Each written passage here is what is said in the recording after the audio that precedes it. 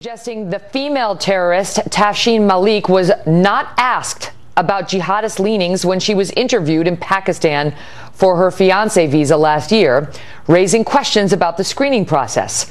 Earlier today, the State Department was asked about it. Watch. We don't have any indications right now that the screening process for Miss Malik was any different than it is for any other fiancé, or that there were anything missing inside this very rigorous screening process. But I can tell you this: if the investigation turns up information that tells us there was something amiss in the screening process, or something we should have done that we didn't, or that the screening process needs to be improved to make it more rigorous, well, we'll do that. But here's the thing.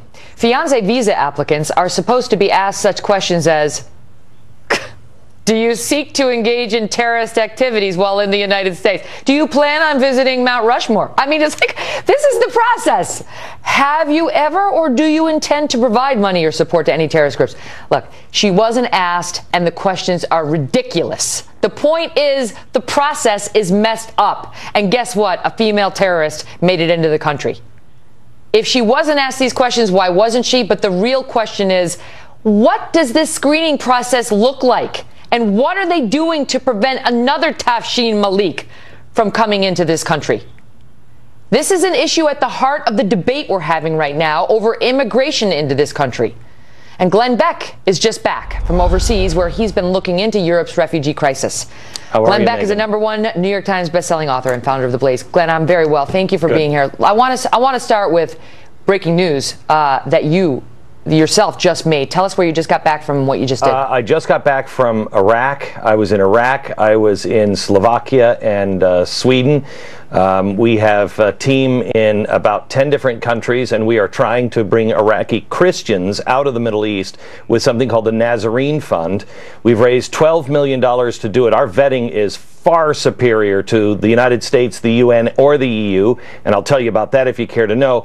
But just a few minutes ago, our first plane of Iraqi Christians has just landed, and it is in Slovakia, in a place called Košita, and we are thrilled that they are safe, and they are actually going to a mass here in just about 2 hours from now to celebrate the blessings that Christ has given them. It is really remarkable to me, Megyn, to see what's going on in the United States and to see how the hoops that people jump through when we do have people in crisis. We have people these people are in real trouble. As this plane took off earlier today, it was targeted by ISIS. When I was there on Sunday night, we were receiving reports. We had to have the whole area blocked off by the army because they were going to take a vehicle bomb and blow up the church and the gathering that we were at last night, on Sunday night. It is very, very volatile. These people are targeted, and it's easy to vet them. All you have to do is ask the pastors and the priest, do you know these people? How long have they been Christians? Because there are 0 Christians that are members of ISIS. In fact, our vetting process is so strong, another country has asked us, they were about to bring in a group of so-called Christian refugees into their country. They called Slovakia and said, we understand you've been working with the Nazarene Fund. Can you have them look, because we just have an inkling this isn't right. We sent our team over, and we asked them very specific questions that I'm not going to get into right now because I don't want to tip off the hand. But we your found point is it can be done. We your point found is it can be done, and we're not doing it, Glenn. I mean, what I think is interesting is you went over there, you took matters into your own hand. You didn't wait for government. You got private donations. You swooped in. You helped a bunch of Christians. You didn't bring them back here to the United States. You brought them to a place where you're going to try to help them assimilate and start a new life. But back here at home, we have no such ambitions, Glenn. It's not going that way. Not only that, but the process we have in place is allowing people who want to blow us up into the country.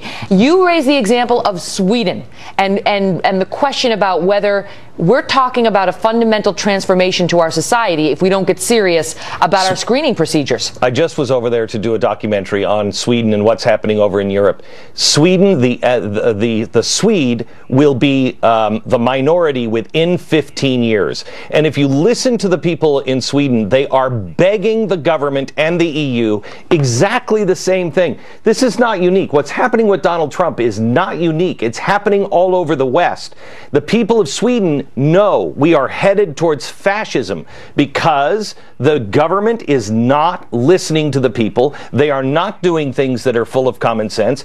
All of our vetting right now for these refugees that are being jammed down everybody's throat in the West, and I believe is a Trojan horse, is being jammed down the throats by the EU, the United States, and the UN. They have quotas. They have jammed it down. And I'm telling you, Megyn, the group that we found that another country asked us, could you just look at these? When we asked those specific questions, we found several Muslims that were posing as Christians. It's not that hard to figure this out. You just have to have a willingness to say it is about Islam. There is a disease in Islam, and it must be addressed, and it must be spoken. If you're not willing to say it, you're not going to win a war. All right, that is where we're going to pick it up with Glenn on the opposite side of this break, because there is a real question about Islamists, not Muslims who want to assimilate, who want to be American, who want to, pledge fidelity to the U.S. Constitution, who are trying to get into this country, but Islamists who have no intention of assimilating, trying to get into America, and what we're supposed to do about that. He'll join us next with his thoughts on that and his reaction to Donald Trump's proposal to by nearly 20% on his closest competitor, Ted Cruz, according to a national CBS News New York Times poll. 35% for Trump, Cruz next at 16%. And in the key primary state of South Carolina, Trump is up by 20% over his closest competitor, Ben Carson. Both of these polls taken mostly before Mr. Trump made his controversial comments about a ban on all Muslims entering the U.S., but some of the polling data suggests his numbers only went up after he made that proposal on Monday.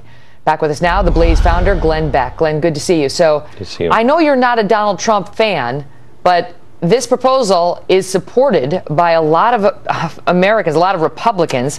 Rasmussen says 66% of likely Republican voters favor a temporary ban on all Muslims entering the U.S. 49% of all Democrats favor a registration of all Muslims as well.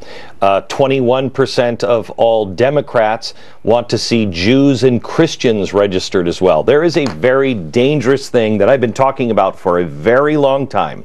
First, the caliphate. The caliphate happens, then it destabilizes Europe and the rest of the Western world. The economy is in very rough shape all around the world. The seeds of discontent throughout the Western world have been sown. No one is listening. What happens is you get a very strong progressive or a strong communist, fascistic sort of leader that comes to the fray and says, I will solve your problems for you, and no one even stops to listen to what the real answer is. Not comparing anybody to Adolf Hitler, but let's just look at history. When Adolf Hitler did it, if you read Mein Kampf, he spelled it all out. But the people didn't want to listen to that. They just wanted somebody to solve their problems. You head towards a demagogue, and if it's not Donald Trump, the next guy will be worse than Donald Trump. This is the worst thing that we can do. But I predicted and promised America, if you don't stop and anchor yourself to the Constitution, you're going to have a progressive, either left or right, that will engage in demagoguery and will be in real trouble. Remember, in the progressive world of Woodrow Wilson, we rounded up Germans. In the progressive world of FDR, we rounded up Japanese. In the progressive world of today, we will round up Muslims if we don't stop, take a breath, and look at what we really truly believe, and that our government doesn't start acting and behaving like people who actually want to defend the Constitution of the United States. What do you make of, how much support he has, Glenn, among the Republican electorate? I really think he's got much of his support is also from liberals. If you look at independents, which I think most people would consider themselves today, independents tired of both parties, 67%, I believe, is afraid of him. and I think you should be afraid of Donald Trump. I think there is a group of progressives in America, both left and right. Progressive is not a democratic disease. It's a disease on both, that just want to win. And they would support the same policies that Barack Obama did if it was their guy doing it. And that's what I think is happening. That coupled with, he is speaking the truth in some regard. He has diagnosed the problem. He has not come up with a viable solution. He's just saying the things that everybody says. He's right. He's right. We are in trouble. The President of the United States, Congress, in both parties, quite honestly, they are either dumb, delusional, or they are complicit in the destruction of the Constitution and the way of the West. It doesn't matter which one it is. I personally have my own opinion on what it is.